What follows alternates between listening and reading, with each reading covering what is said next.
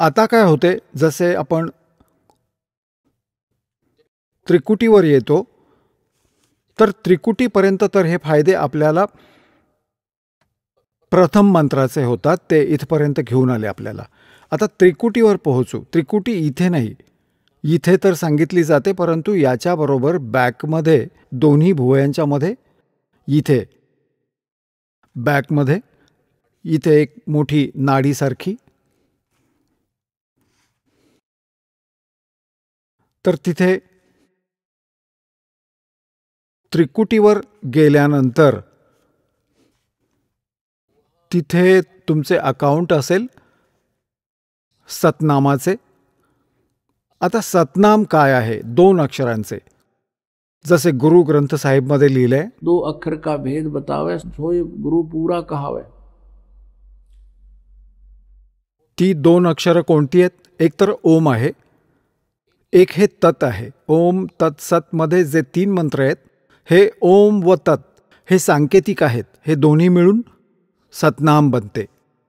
याच्या स्मरणाचा विधी पण भिन्न भिन्न आहे. तर जे ओम नाम आहे सतनामात, याला आपण त्रिकुटीवर देऊ. हा ब्रह्मचा जप आहे. आपण काय करत राहिलो आत्तापर्यंत? ओम नामाचा जप करत होतो. ऋषी महर्षी पहिले दुसरा कोणता जप नव्हते करत, केवळ ब्रह्मसाधना करत होते. आता त्यांना कंप्लीट ज्ञान तर नव्हते. जसे काळाने त्यांना भ्रमित केले, तर ओम नामाच्या जपाने ते ब्रह्मलोकात जात होते. ब्रह्मलोकात हजारो युगांपर्यंत ते तिथे त्या पुण्यांनी ओम नामाच्या कमाईच्या भक्तीच्या आधाराने, धनाच्या आधाराने ते तिथे हजारो युगांपर्यंत स्वर्गात मजामस्ती करत होते. त्या स्वर्गात काय आहे? जी या पृथ्वीवर बकवास उपलब्ध नाही, ती बकवास तिथं आहे. नाच गाणे आणि सुंदर स्त्रिया, प्रत्येक प्रकारची बकवास, प्रत्येक प्रकारची तिथे कारंजी चालतात. कुठे आतषबाजी, जसे एका मेळ्यात किंवा कोणत्या रेस्टॉरंटमध्ये माणूस आपल्याच पैशाने, आपल्याच धनाने तिथे मजा करत आहे, तर करत राहू दे. एक दिवस ते धन समाप्त होईल, त्यानंतर मग त्याला परत पाठवले जाईल. तिथून जेव्हा खिसा रिकामा होईल तेव्हा तो पळेल तिथून. तर आत्तापर्यंत आपण तिथे आपला खिसा खाली करत राहिलो, स्वर्गात जाऊन ओम नामाच्या जपाने महास्वर्गात, महास्वर्ग म्हणा, ब्रह्मलोक म्हणा, आणि आपले पाप जसेच्या तसे राहून जाते. त्या पापांकरता मग नरकात पण जावे लागते, आणि त्यानंतर 84 लाख योनी पशुपक्ष्यांच्या पण योनीमध्ये जायला लागते. तर आपण काय करत राहिलो? ओम नामाच्या जपाला, त्याच्या भक्तिधनाला स्वर्गात, महास्वर्गात, ब्रह्मलोकात नष्ट करत राहिलो, आणि काळाच्या जाळ्यात परत मृत्यू व जन्मामध्ये परत येतो. आता आपण काय करू? जसे गीताजी अध्याय नंबर 18च्या श्लोक नंबर 62 मध्ये म्हटले की अर्जुन, तू सर्व भावाने त्या परमेश्वराला शरण जा, त्याच्या कृपेनेच तुला परमशांती व सनातन परमधाम प्राप्त होईल. मग गीताजी अध्याय नंबर 18च्या श्लोक नंबर 63 मध्ये म्हटले की अर्जुन, हे गीताजीचे गुप्ताहून गुप्त ज्ञान मी तुला सांगितले. आता जशी तुझी इच्छा तसे कर. माझ्या शरणात राहायचे असेल तर उचल हत्यार, उचल आणि युद्ध कर. इथे शांती नाही मिळू शकणार.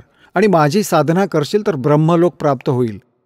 आणि 8व्या अध्यायाच्या 13व्या श्लोकात सांगितले, माझा मंत्र ओम आहे, नथिंग एल्स, आणि कोणता मंत्र नाही जपाचा. आणि जन्म मृत्यू तुझा पण राहील आणि माझा पण राहील, शांती नाही मिळणार. आणि जर तुला परमशांती पाहिजे, सनातन परमधाम जिथे गेल्यानंतर परत परतून नाही येत ते स्थान पाहिजे, तर त्याची साधना तत्वदर्शी संत सांगतील. 4थ्या अध्यायाच्या 34व्या श्लोकात गीताजीमध्ये सांगितलंय. त्यांचा शोध घे, मी नाही जाणत त्यांच्याविषयी. आता 18व्या अध्यायाच्या 63व्या श्लोकात स्पष्ट केलं त्याने, गीता ज्ञानदात्याने, की आता गुप्ताहून गुप्त ज्ञान दिले तुला. आपण ऐकत होता जगद्गुरु तत्वदर्शी संत रामपालजी महाराज यांचे मंगल प्रवचन, ज्यांच्या शुभ आशीर्वादाने संपूर्ण विश्वामध्ये 500 पेक्षा जास्त नामदीक्षा केंद्र आहेत. जिथे निशुल्क नामदीक्षा दिली जाते. निशुल्क नामदीक्षा प्राप्त करण्यासाठी आणि अधिक माहितीसाठी संपर्क करा 7030303951 7030303952. अद्वितीय आध्यात्मिक ज्ञान वाचण्यासाठी, पाहण्यासाठी आणि ऐकण्यासाठी संत रामपालजी महाराज ॲप अवश्य डाउनलोड करा किंवा आमची वेबसाईट www.jagadgururampalji.org वर विजिट करा.